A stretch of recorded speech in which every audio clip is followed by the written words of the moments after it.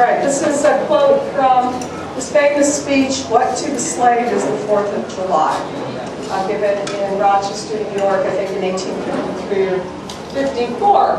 And Frederick Douglass, who was a slave, as you know, and who was self-educated, basically taught himself how to read. I have my students read parts of his autobiography and say, look, if this guy can rise to this level, you guys, you know, with all your advantages, read. But Frederick Douglass says the Constitution's a liberty document, and he specifically says that the Constitution was written so that everyone can understand it. Okay, it wasn't written to be confusing, but yet we have, you know, the boy wonder of the Washington Post saying, you know, it's too hard to understand. So really, who are the smart people? The people who believe in the Constitution and read it and study it, or Washington Post columnists? Okay, so this is something to refute, you know, probably 98% of my colleagues. Go on to the next one. They're also confused by the costumes. Okay, next one. They wonder, who are these people? Okay, you go to the next one. Some of these I didn't have pictures. So, okay, so they were confused in 2009 when the Tea Party burst onto the scene. The New York Times hired a firm to do a poll. They started asking questions and discovered that members of the Tea Party are normal. No. They're normal people, mainstream people. They found out from this poll that the Tea Party has members who are better educated than average, have higher than average incomes, and are politically informed. We all knew that, but of course the New York Times had to prove it with a poll because I'm sure they wanted to confirm all their prejudices. So that was the result of the poll in 2010. Okay, so they said, this is a quote from the article, the responses are like the general public's in many ways. So that was an article on April 15th, significantly 2010. Surprise. Okay, they said that the respondents said they pay a fair amount in taxes. They send their children to public schools.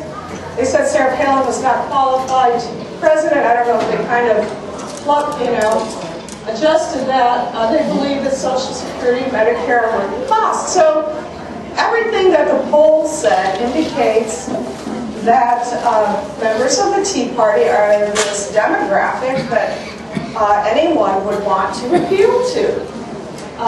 Next one. But this is a river. It's called Denial.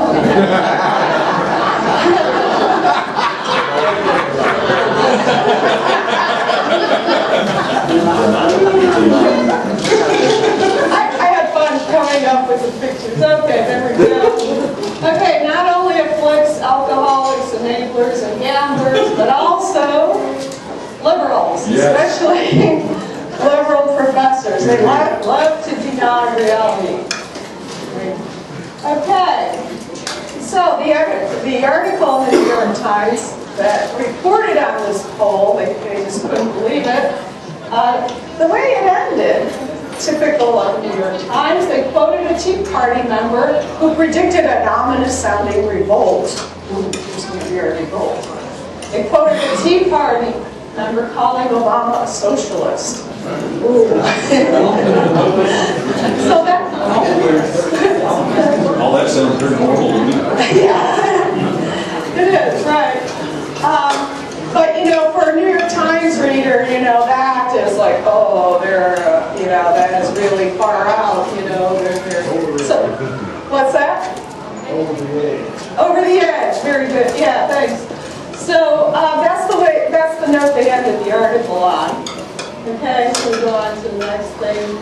So, anyways, after this, there's this center called the Berkeley Center for Right-Wing Studies. It really is. It is. It's like a bar language.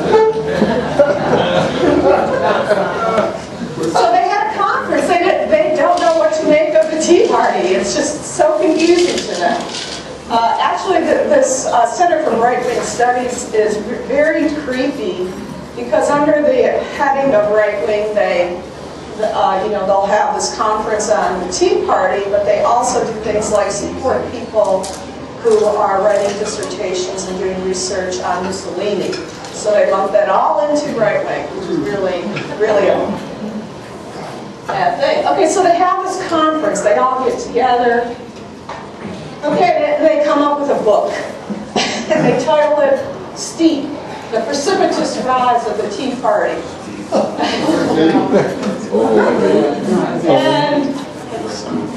And so the introductory essay by one of these academics, they're mostly academics, it said that it was titled The Tea Party in Historical Perspective. Right-wing rage is irrational.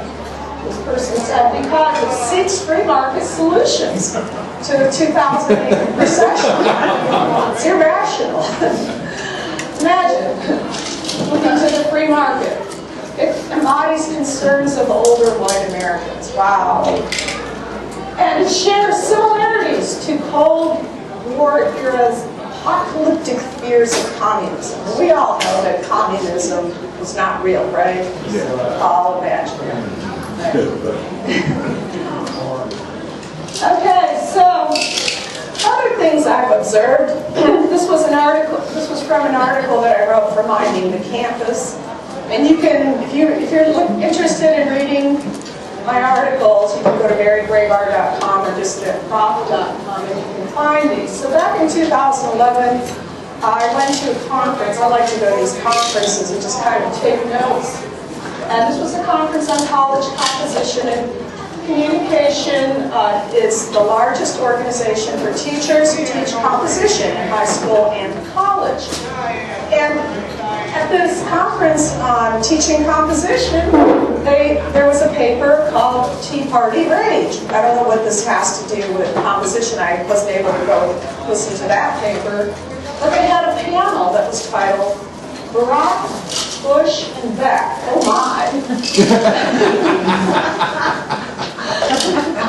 It's good we can laugh at these people. Political ideological discourse theories. I sat through that one. I still can't tell you exactly, I can't sum it up, but a lot of in-jokes though.